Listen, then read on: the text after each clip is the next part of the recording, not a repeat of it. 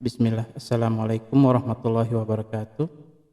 Jumpa lagi kita dalam kajian tahsin Al-Quran. Insya Allah kita akan membahas sifatul huruf, yakni sifat-sifat huruf.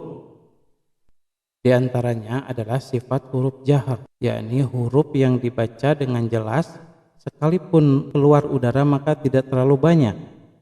Maka di antara huruf-hurufnya adalah hamzah, ba, jim, dal, ro, zai, sin, sod, qa, dod, ain, ghain, fa, qaf, kaf, lam, mim, nun, waw, dan ya. Kemudian dari keseluruhan huruf jahar itu disingkat lagi, difilter menjadi huruf syiddah, yakni menjadi huruf yang lebih kuat. Secara istilah dia terhenti aliran suara saat pengucapan huruf sehingga mengakibatkan makhrajnya sampai terkunci rapat ya. Maka huruf syiddah ini ada 8, yakni huruf hamzah, jim, dal, qaf, ta, ba, kaf, dan ta.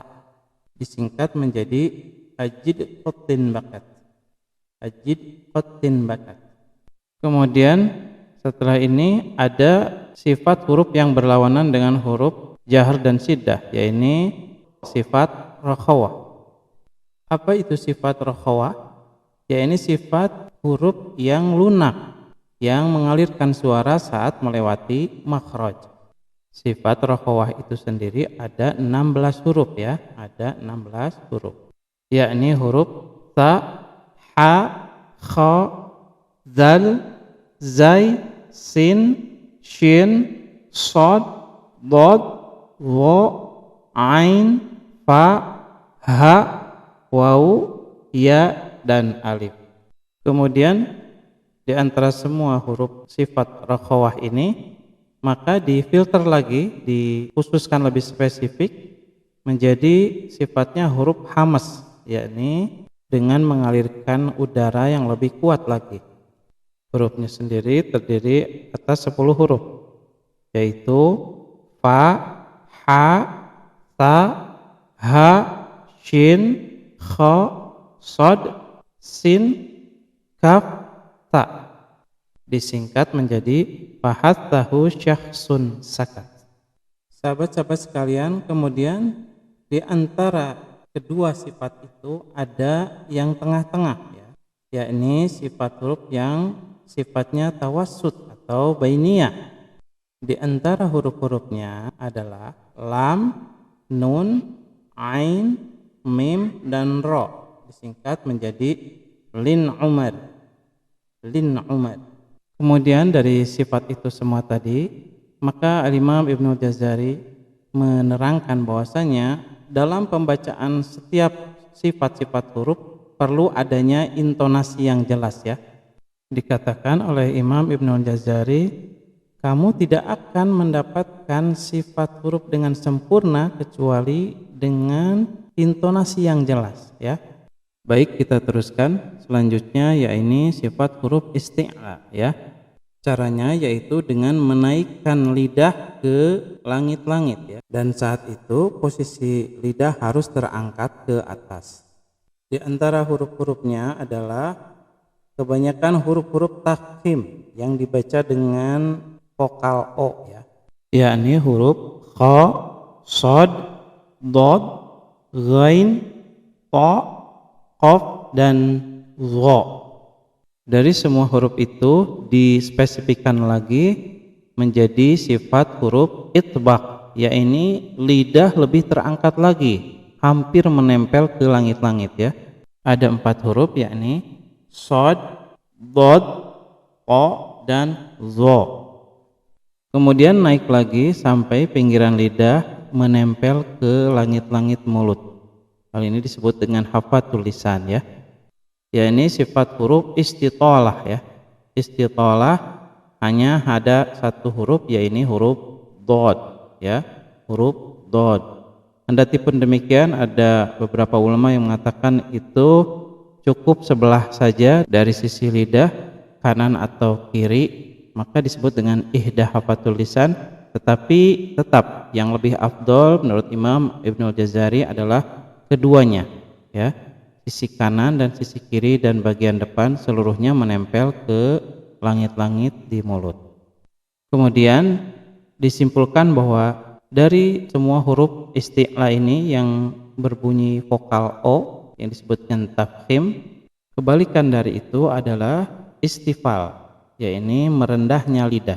Intinya selain dari huruf-huruf isti'la, maka dia istifal, yaitu merendahnya lidah, kecuali huruf lam dan ro, karena kedua huruf ini mempunyai keunikan tersendiri, yaitu bisa tafkhim, bisa juga tarkik, yaitu bisa dibaca tebal atau bisa pula dibaca dengan tarkik, yaitu tipis, yakni tergantung pada harokat sebelumnya atau huruf-huruf sekitarnya. Salah satu contoh yang terdapat dalam Al-Quran yaitu setiap huruf lafdzul jalalah, yakni lafadz Allah, apabila harokat di sebelum huruf lam itu dhammah atau fathah, maka dibaca tebal, yaitu tafkhim. Tetapi apabila harokatnya kasroh, maka dibaca dengan tarkik, yaitu tipis. Insya Allah sampai sini paham ya. Sahabat-sahabat sekalian, kita lanjutkan. Kemudian ada lagi yang namanya sifat huruf qalqalah, yaitu huruf-huruf yang memantul. Di antara huruf-hurufnya yaitu qaf, qa, ba, jim, dal, ya, disingkat menjadi qutbu jadi. Kemudian ada juga huruf-huruf lin, ya, yaitu huruf yang bersifat lembut, ya. Ada dua huruf saja, yaitu huruf wawu dan ya. Kemudian kembali kepada dua sifat huruf lam dan ro tadi, yakni padanya mempunyai sifat huruf inhiraf, yakni membelokkan lidah. Berbeda sedikit dengan ro, dia mempunyai sifat takrir, yakni ada getaran. Apalagi kalau dibaca tanpa tasdid, maka getaran lidah itu lebih banyak. Berbeda jika ro-nya mempunyai tasdid, maka takrirnya, yakni getarannya, lebih dipersedikit, ya. Sahabat-sahabat sekalian, kemudian ada lagi sifat huruf yang namanya sofir, yaitu huruf-huruf yang berdesis. Hanya ada 3 huruf saja, yaitu huruf sin, zai, dan sod. Berbeda dengan huruf shin besar. Huruf shin besar mempunyai sifat tafashi, yaitu menyebarkan udara ke seluruh mulut saja. Baik sahabat-sahabat sekalian, disimpulkan bahwasanya intonasi pada mulut kita secara garis besar tidak akan lepas dari 4 sifat. Yang pertama adalah isti'la, yaitu terangkatnya lidah. Kemudian yang kedua istifal, yaitu merendahnya lidah. Kemudian yang ketiga infitah, yaitu terbukanya langit-langit dengan lidah. Kemudian yang keempat adalah inhiraf, yaitu menyimpangnya atau berbeloknya lidah. Dan sifat dari setiap huruf pun tidak lepas dari 2 hal, yaitu idlaq dan ismat. Idlaq yaitu huruf yang mudah diucapkannya, seperti huruf fa, ro, mim, nun, lam, dan ba. Berbeda dengan huruf-huruf ismat yang lebih susah untuk diucapkannya dikarenakan jauh dengan pintu keluarnya mulut. Maka tentunya sahabat-sahabat sekalian, semua ini tidak akan bisa diraih kecuali dengan latihan yang tekun, dengan latihan yang rajin. Insya Allah kita bisa, ya, yaitu dengan langsung membaca dengan praktek. Insya Allah kita bertemu dalam kajian selanjutnya. Saya cukupkan sekian. Naktafi ilahuna. Subhanakallahumma wa bihamdika asyhadu an la ilaha illa anta astaghfiruka wa atubu ilaik.